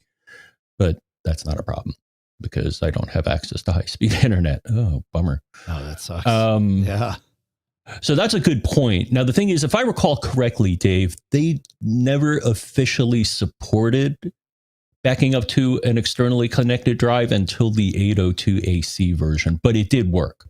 I think you are correct. I think even the drive, just connecting to a drive, backing up or just as file sharing was not officially supported. I think that's right. Yeah, man. Yeah, for sure. And was it also, I think it could also be a print server. Did I ever try that? Yes, I think you're right. I think it could be a print server. I think that's correct. Yeah. Or am I thinking of my Synology? Synology can also be a print server. Definitely. In addition to a time machine destination. Definitely. I speaking of printers, John, I finally bought a new laser printer, or a multifunction laser printer, because I wanted something that had but the ability to scan from my Mac, which my old HP, they just haven't updated the software in probably 10 years. So I wound up buying a Lexmark MB3442 ADW, and it's amazing having the ability to simply, I know that I'm late to this party, that it's amazing finally having this ability to go into, the system preferences, printers and scanners thing, and actually just be able to scan right there. Like, I haven't even installed Lexmark software on my Macs, and I'm able to do everything because it's built as it's a modern thing. So there is a benefit to doing that. So I'll put a link in the show notes, but there's nothing special about this Lexmark. It's just happens to be the one that was available when I bought it. So yep. It's great. Yeah, I use the ScanSnap for scanning. There you go. Happy with it. Yeah. That's fine. We also, for low volume scanning, it's really good. It's very small too. Totally.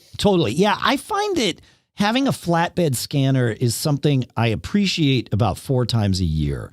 And so probably the smarter move would have been to have a separate flatbed scanner from my printer, but I like having a fax machine, again, for those 4 times a year when something needs to be faxed.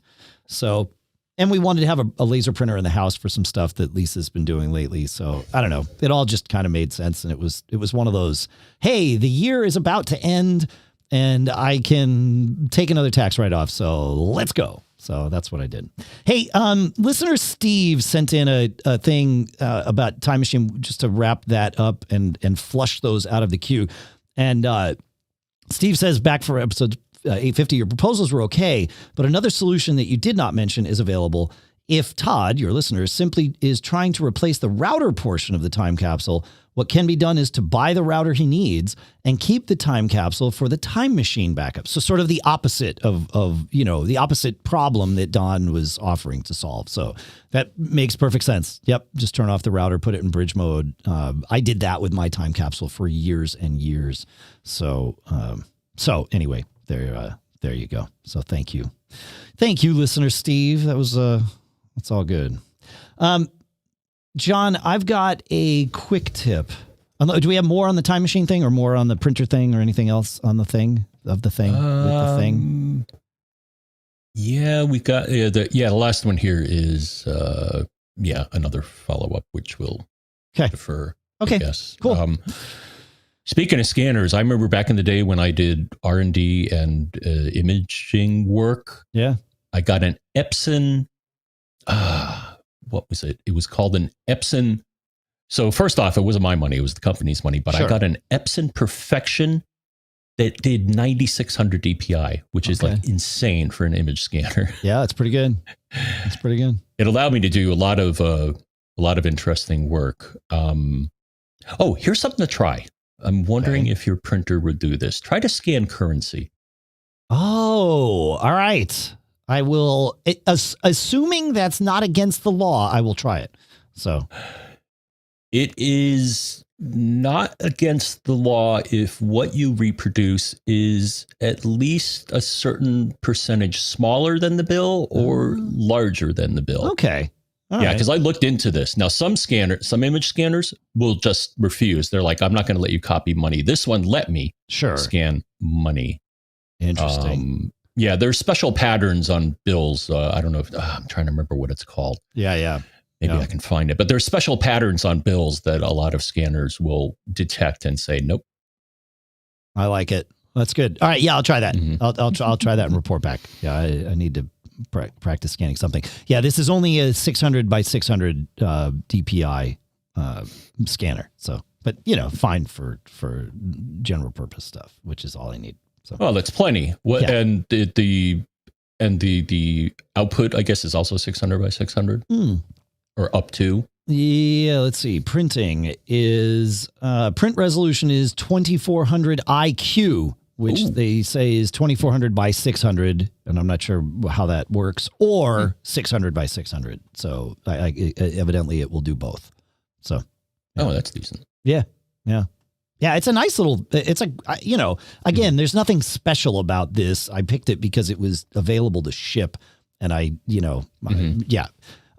but it's fine. It does its job. It's nice to have it's just nice to have a modern piece of tech in my printing. So that's what I think. The other thing that I'm waiting to ship as I make my chair squeak is my new chair that I ordered like December 10th. But they have not, I say they have not shipped it. We ordered another chair for Lisa too. But yeah, I don't know what's going on. So I've been tightening and lubricating things, but I just need a new chair. This one has served me well, but it's done. It's whatever. Right. 5 to 10 years old. Oh, and who gave us? We got a quick tip from someone. I don't know if you put it on the list here. WD-40 is not necessarily the best thing to use to lubricate, because I guess it doesn't only lubricate, but eventually it will displace. It's a cleaner, right? Right. Is what WD-40 is, I think. Yeah, though I found I've often used it as a lubricant. But, okay. I use silicone spray as a lubricant if I'm going to do that type of lubricating. I don't. Yes. Yeah. Or actually, I've used motor oil sometimes. Yeah, you'd use 3-in-1 oil or whatever. Yeah, sure. I mean, oil's oil. Just oil. Depends on how messy you want it to be. which is why I like the silicone spray, because it does its job and generally doesn't drip all over the place, but it can. So yeah, that's a good point though. All right, well, that's what we got for today. We have lots more though for next week. So good news. We'll do another show, John. It's how it's going to be. We might even have more stuff from CES. Yeah. I feel like CES is going to continue. I've got meetings and press events that continue through the end of the month. So I don't know. Really? Oh, okay. Yeah. I don't. You could. There's press events that you could attend. There's like those showstoppers things. I think there's at least one. Actually, if not yes. Two more No, of those. there. Yeah. Yes. So I'll keep my eye on my email box. Speaking of email, Dave, feedback at macgeekgab.com. I think you said feedback at macgeekgab.com for clarity and focus. Yeah. I absolutely said feedback at macgeekgab.com. Awesome. Yeah, send us your questions, your tips, your cool stuff found. That's what makes the show, as you've just heard. So thanks, everybody. Thanks to all of our sponsors, of course, linode.com/MGG, Readdle.com, sunbasket.com/MGG, and ladderlife.com/MGG. Thanks to Cashfly for providing all the bandwidth to get the show from us to you. And really, thanks to all of you for sending in all your stuff, but also for listening and just being a part of the community. That's the best part about what we get to do together here. And for those of you that are on the premium program at macgeekup.com/premium, thank you. I would like to take a minute to thank all of you whose contributions who have come in the last week. So we've got Anthony N., Deb from San Clemente, Terrence from Avon Lake, Warren from Thompson Station, Karen from Chagrin Falls, John from Decatur, Corey from Kenmore, Jeff from Del Mar, Paul from Tunbridge Wells, Dennis from Chapel Hill, Ari from Kensington, Nick from Mount Clemens, Graham from Yelverton, James from Brandon, Jay Walter from Long Island City, Black Boy, Robert from Oklahoma City, Bob from LaPeche, Timothy from West Windsor, Joe from Fuquay Varina. I'm sure I am mispronouncing that. Fuquay. Fuquay Varina, sure. Bill from Menlo Park, Brian from Danbury, Santiago from Palm City, John from Wake Forest, and Paul from Lee. Nice, very nice. That's one town over from me. Thanks so much to all of you for everything that you do for all of us here. We love being able to do this. So truly, thank you. And we'll see you next week. We promise we'll be back. It's how it works here. I don't know. Got anything else to share? I do. We promise, right? Geeks honored. Mm-hmm. I don't know. That's what I think. That's what Han tells me. What does Han tell you, John? Anything? Well, among other things, especially when he's flying through asteroid fields, Han says, "Don't get caught." Made on a Mac.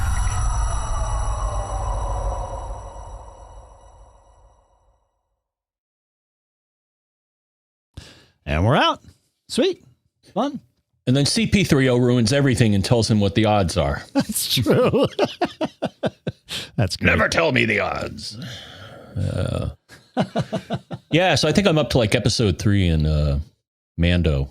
That's great. That is a show that I loved from episode 1, and it continues to deliver and get better and better. It's like, it so fits in this whole Star Wars world better, arguably, than a lot of recent movies. It was a pleasure. I wasn't the last 2 movies. I don't know. That's what I'm saying. It's better than, I think Mando fits better. Yeah. It's good. Mm-hmm. Yep. All right. Where are we here? Okay, good. And the second 3 were just a disaster, in my opinion. But the second 3? Oh.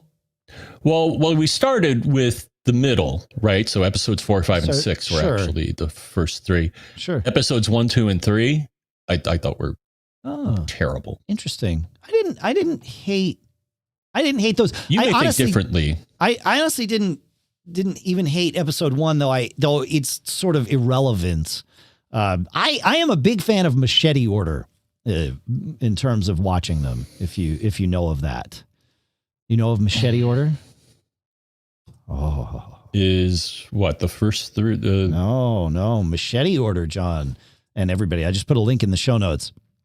It is 4, 5, 2, 3, 6, and yeah, and the idea is it keeps the story of Luke without blowing up the big exposition of, I probably not ruining the story for anybody in the chat room here that, Vader is Luke's father, right? So that's why you do, right, 4, 5, then you go back and do 2 and 3 and skip. The only thing that you miss is the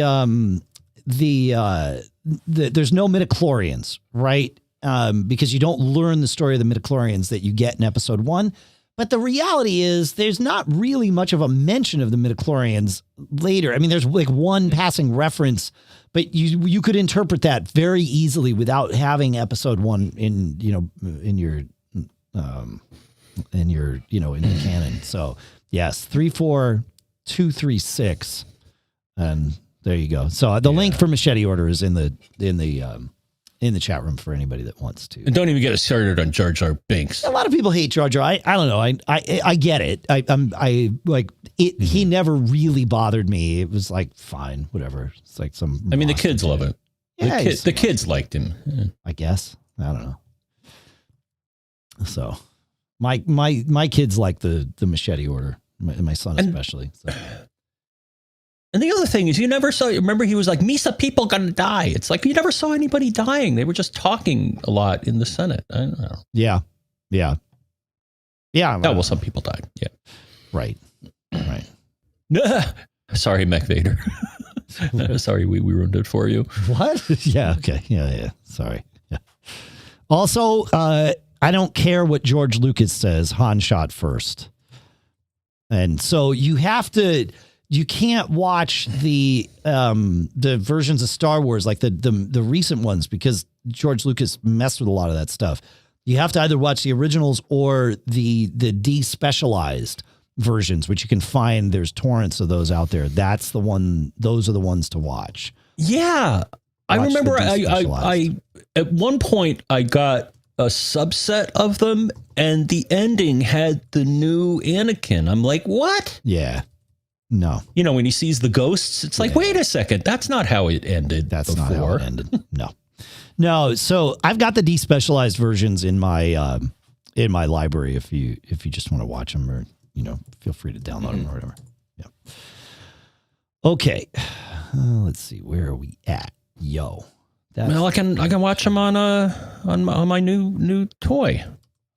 You cannot watch the despecialized versions. Oh no, that's the thing. That's a crime. No, the despecialized versions are done by fans. Those are edited and very well. Yeah, no. The ones you'll get on Disney Plus are the George Lucas messed with ones. So yeah, no, just watch the ones I have. You'll be much happier. The quality is good, and yet it's still the right story. So. Karan, I'm glad you agree. Yeah. So, how many people do we have here? If somebody wants to share Plex libraries, let me know. Maybe we can do that. I don't share them with everybody. So I got a deal on it, even though I think the sticker price for a year is reasonable. I got $12.50 in e-coupon bucks. Have they put them in my wallet yet? Yeah, so the service I use, so they have a iPhone app, but then they added a Chrome extension, so they can detect even more things.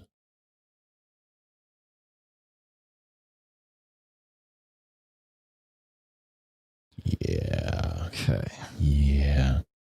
Import chapter marks. Do that. Do this. Mm-hmm. Man. Okay. I got to get off these mailing lists, man. Yeah? They I get got 63 unread emails. It's like, what? That's crazy. Yeah, I've been trying to unsubscribe from things. Home Depot keeps stop it. I use SaneBox, and it just puts them where I want them. Mm-hmm. Mm-hmm. That is one service that I am happy to pay for, and it's not cheap. It's a couple $100 a year. If it went out of business, I would spend my next working hours creating a similar service. It's cool. It's that good. Somebody wants to know what chair you got, Dave. Oh, I've had in my office for years, for 20 years, no, 15 years. I've had a Aaron chair, the Herman Miller Aaron chair, and I loved it. And they came out with a new one, and I didn't want to spend $1,500 on a chair, and B, I didn't want their new one, which is not adjustable at all. And so, no, I found through Madison Seating that I could get two, I could get essentially the same model Aaron chair that I have down in the office, which is, again, it owes me nothing. And yet it still continues to deliver 15, 16 years later. So I ordered a couple of Aaron chairs from Madison Seating, one for me here at the thing, and one for in the studio, and one for Lisa. So I could spend $200-300 on a chair, or I could spend $500 on a chair, and the $200 or $300 chair like this one lasts, 5 years, or I can spend $500 and it lasts for 15-20 years. So Aaron, AERON, the Herman Miller Aaron chairs. Sorry. I typed it out so you can see it. Yeah. They are, you've seen them. I guarantee you've seen them. They, they were the chairs. The great part is when companies buy them like crazy, and then when they go out of business, they sell them off, and then Madison Seating gets they're one of the companies that refurbs them or finds them, and you can get them for a heck of a deal. So I just hope they ship. Like I don't know what's going on with them. They say that they're they keep saying they're delayed because of COVID, but I don't know, man. They're saying that their Cyber Monday sale is still the thing that they're promoting on their website. So I'm not entirely hopeful that I'll see these chairs. There are still areas of the country, like what happened over the holidays. I think it took like 3 weeks for a card that was sent from Virginia to get to me. 3 weeks. Oh yeah. I'm like, wow. Yeah, this hasn't even shipped. I mean, it's a different problem than that. But yes. And then, like for example, I do express scripts for some of my meds. Oh, you should do Amazon Pharmacy, like a day. Man. Yeah. I'll check their prices. Go to Amazon.com/MGGRX. Let's Amazon.com. So here, I'll put a link in the show notes there for you, or in the chat room. So there you go. Yeah, man. Well, let me type in Connecticut. Okay. We are available in your area. That's nice. Get started. Oh, right. Sign up. Let's see. Yes. Okay. I think everything's there. Got everything I need. All right. Yeah. Go. Okay. Start production. Good. Okay. So the files are on their way out. Now it's time to say goodbye here in the various streams. So I'm going to say goodbye on Facebook first. Thanks for, I think Michael, I spent, like I said, it was $500 or $600 per chair. So it was a decent deal. If I get it, like, again, it's only a good deal if it ever shows up, if it ever ships. So, all right. Thanks everybody on Facebook. We will see you next week. Later. And thanks everybody on the video stream on YouTube and on our live.macgeekgab.com thing. Thanks. Later. See you next time. And of course, our audio Icecast stream.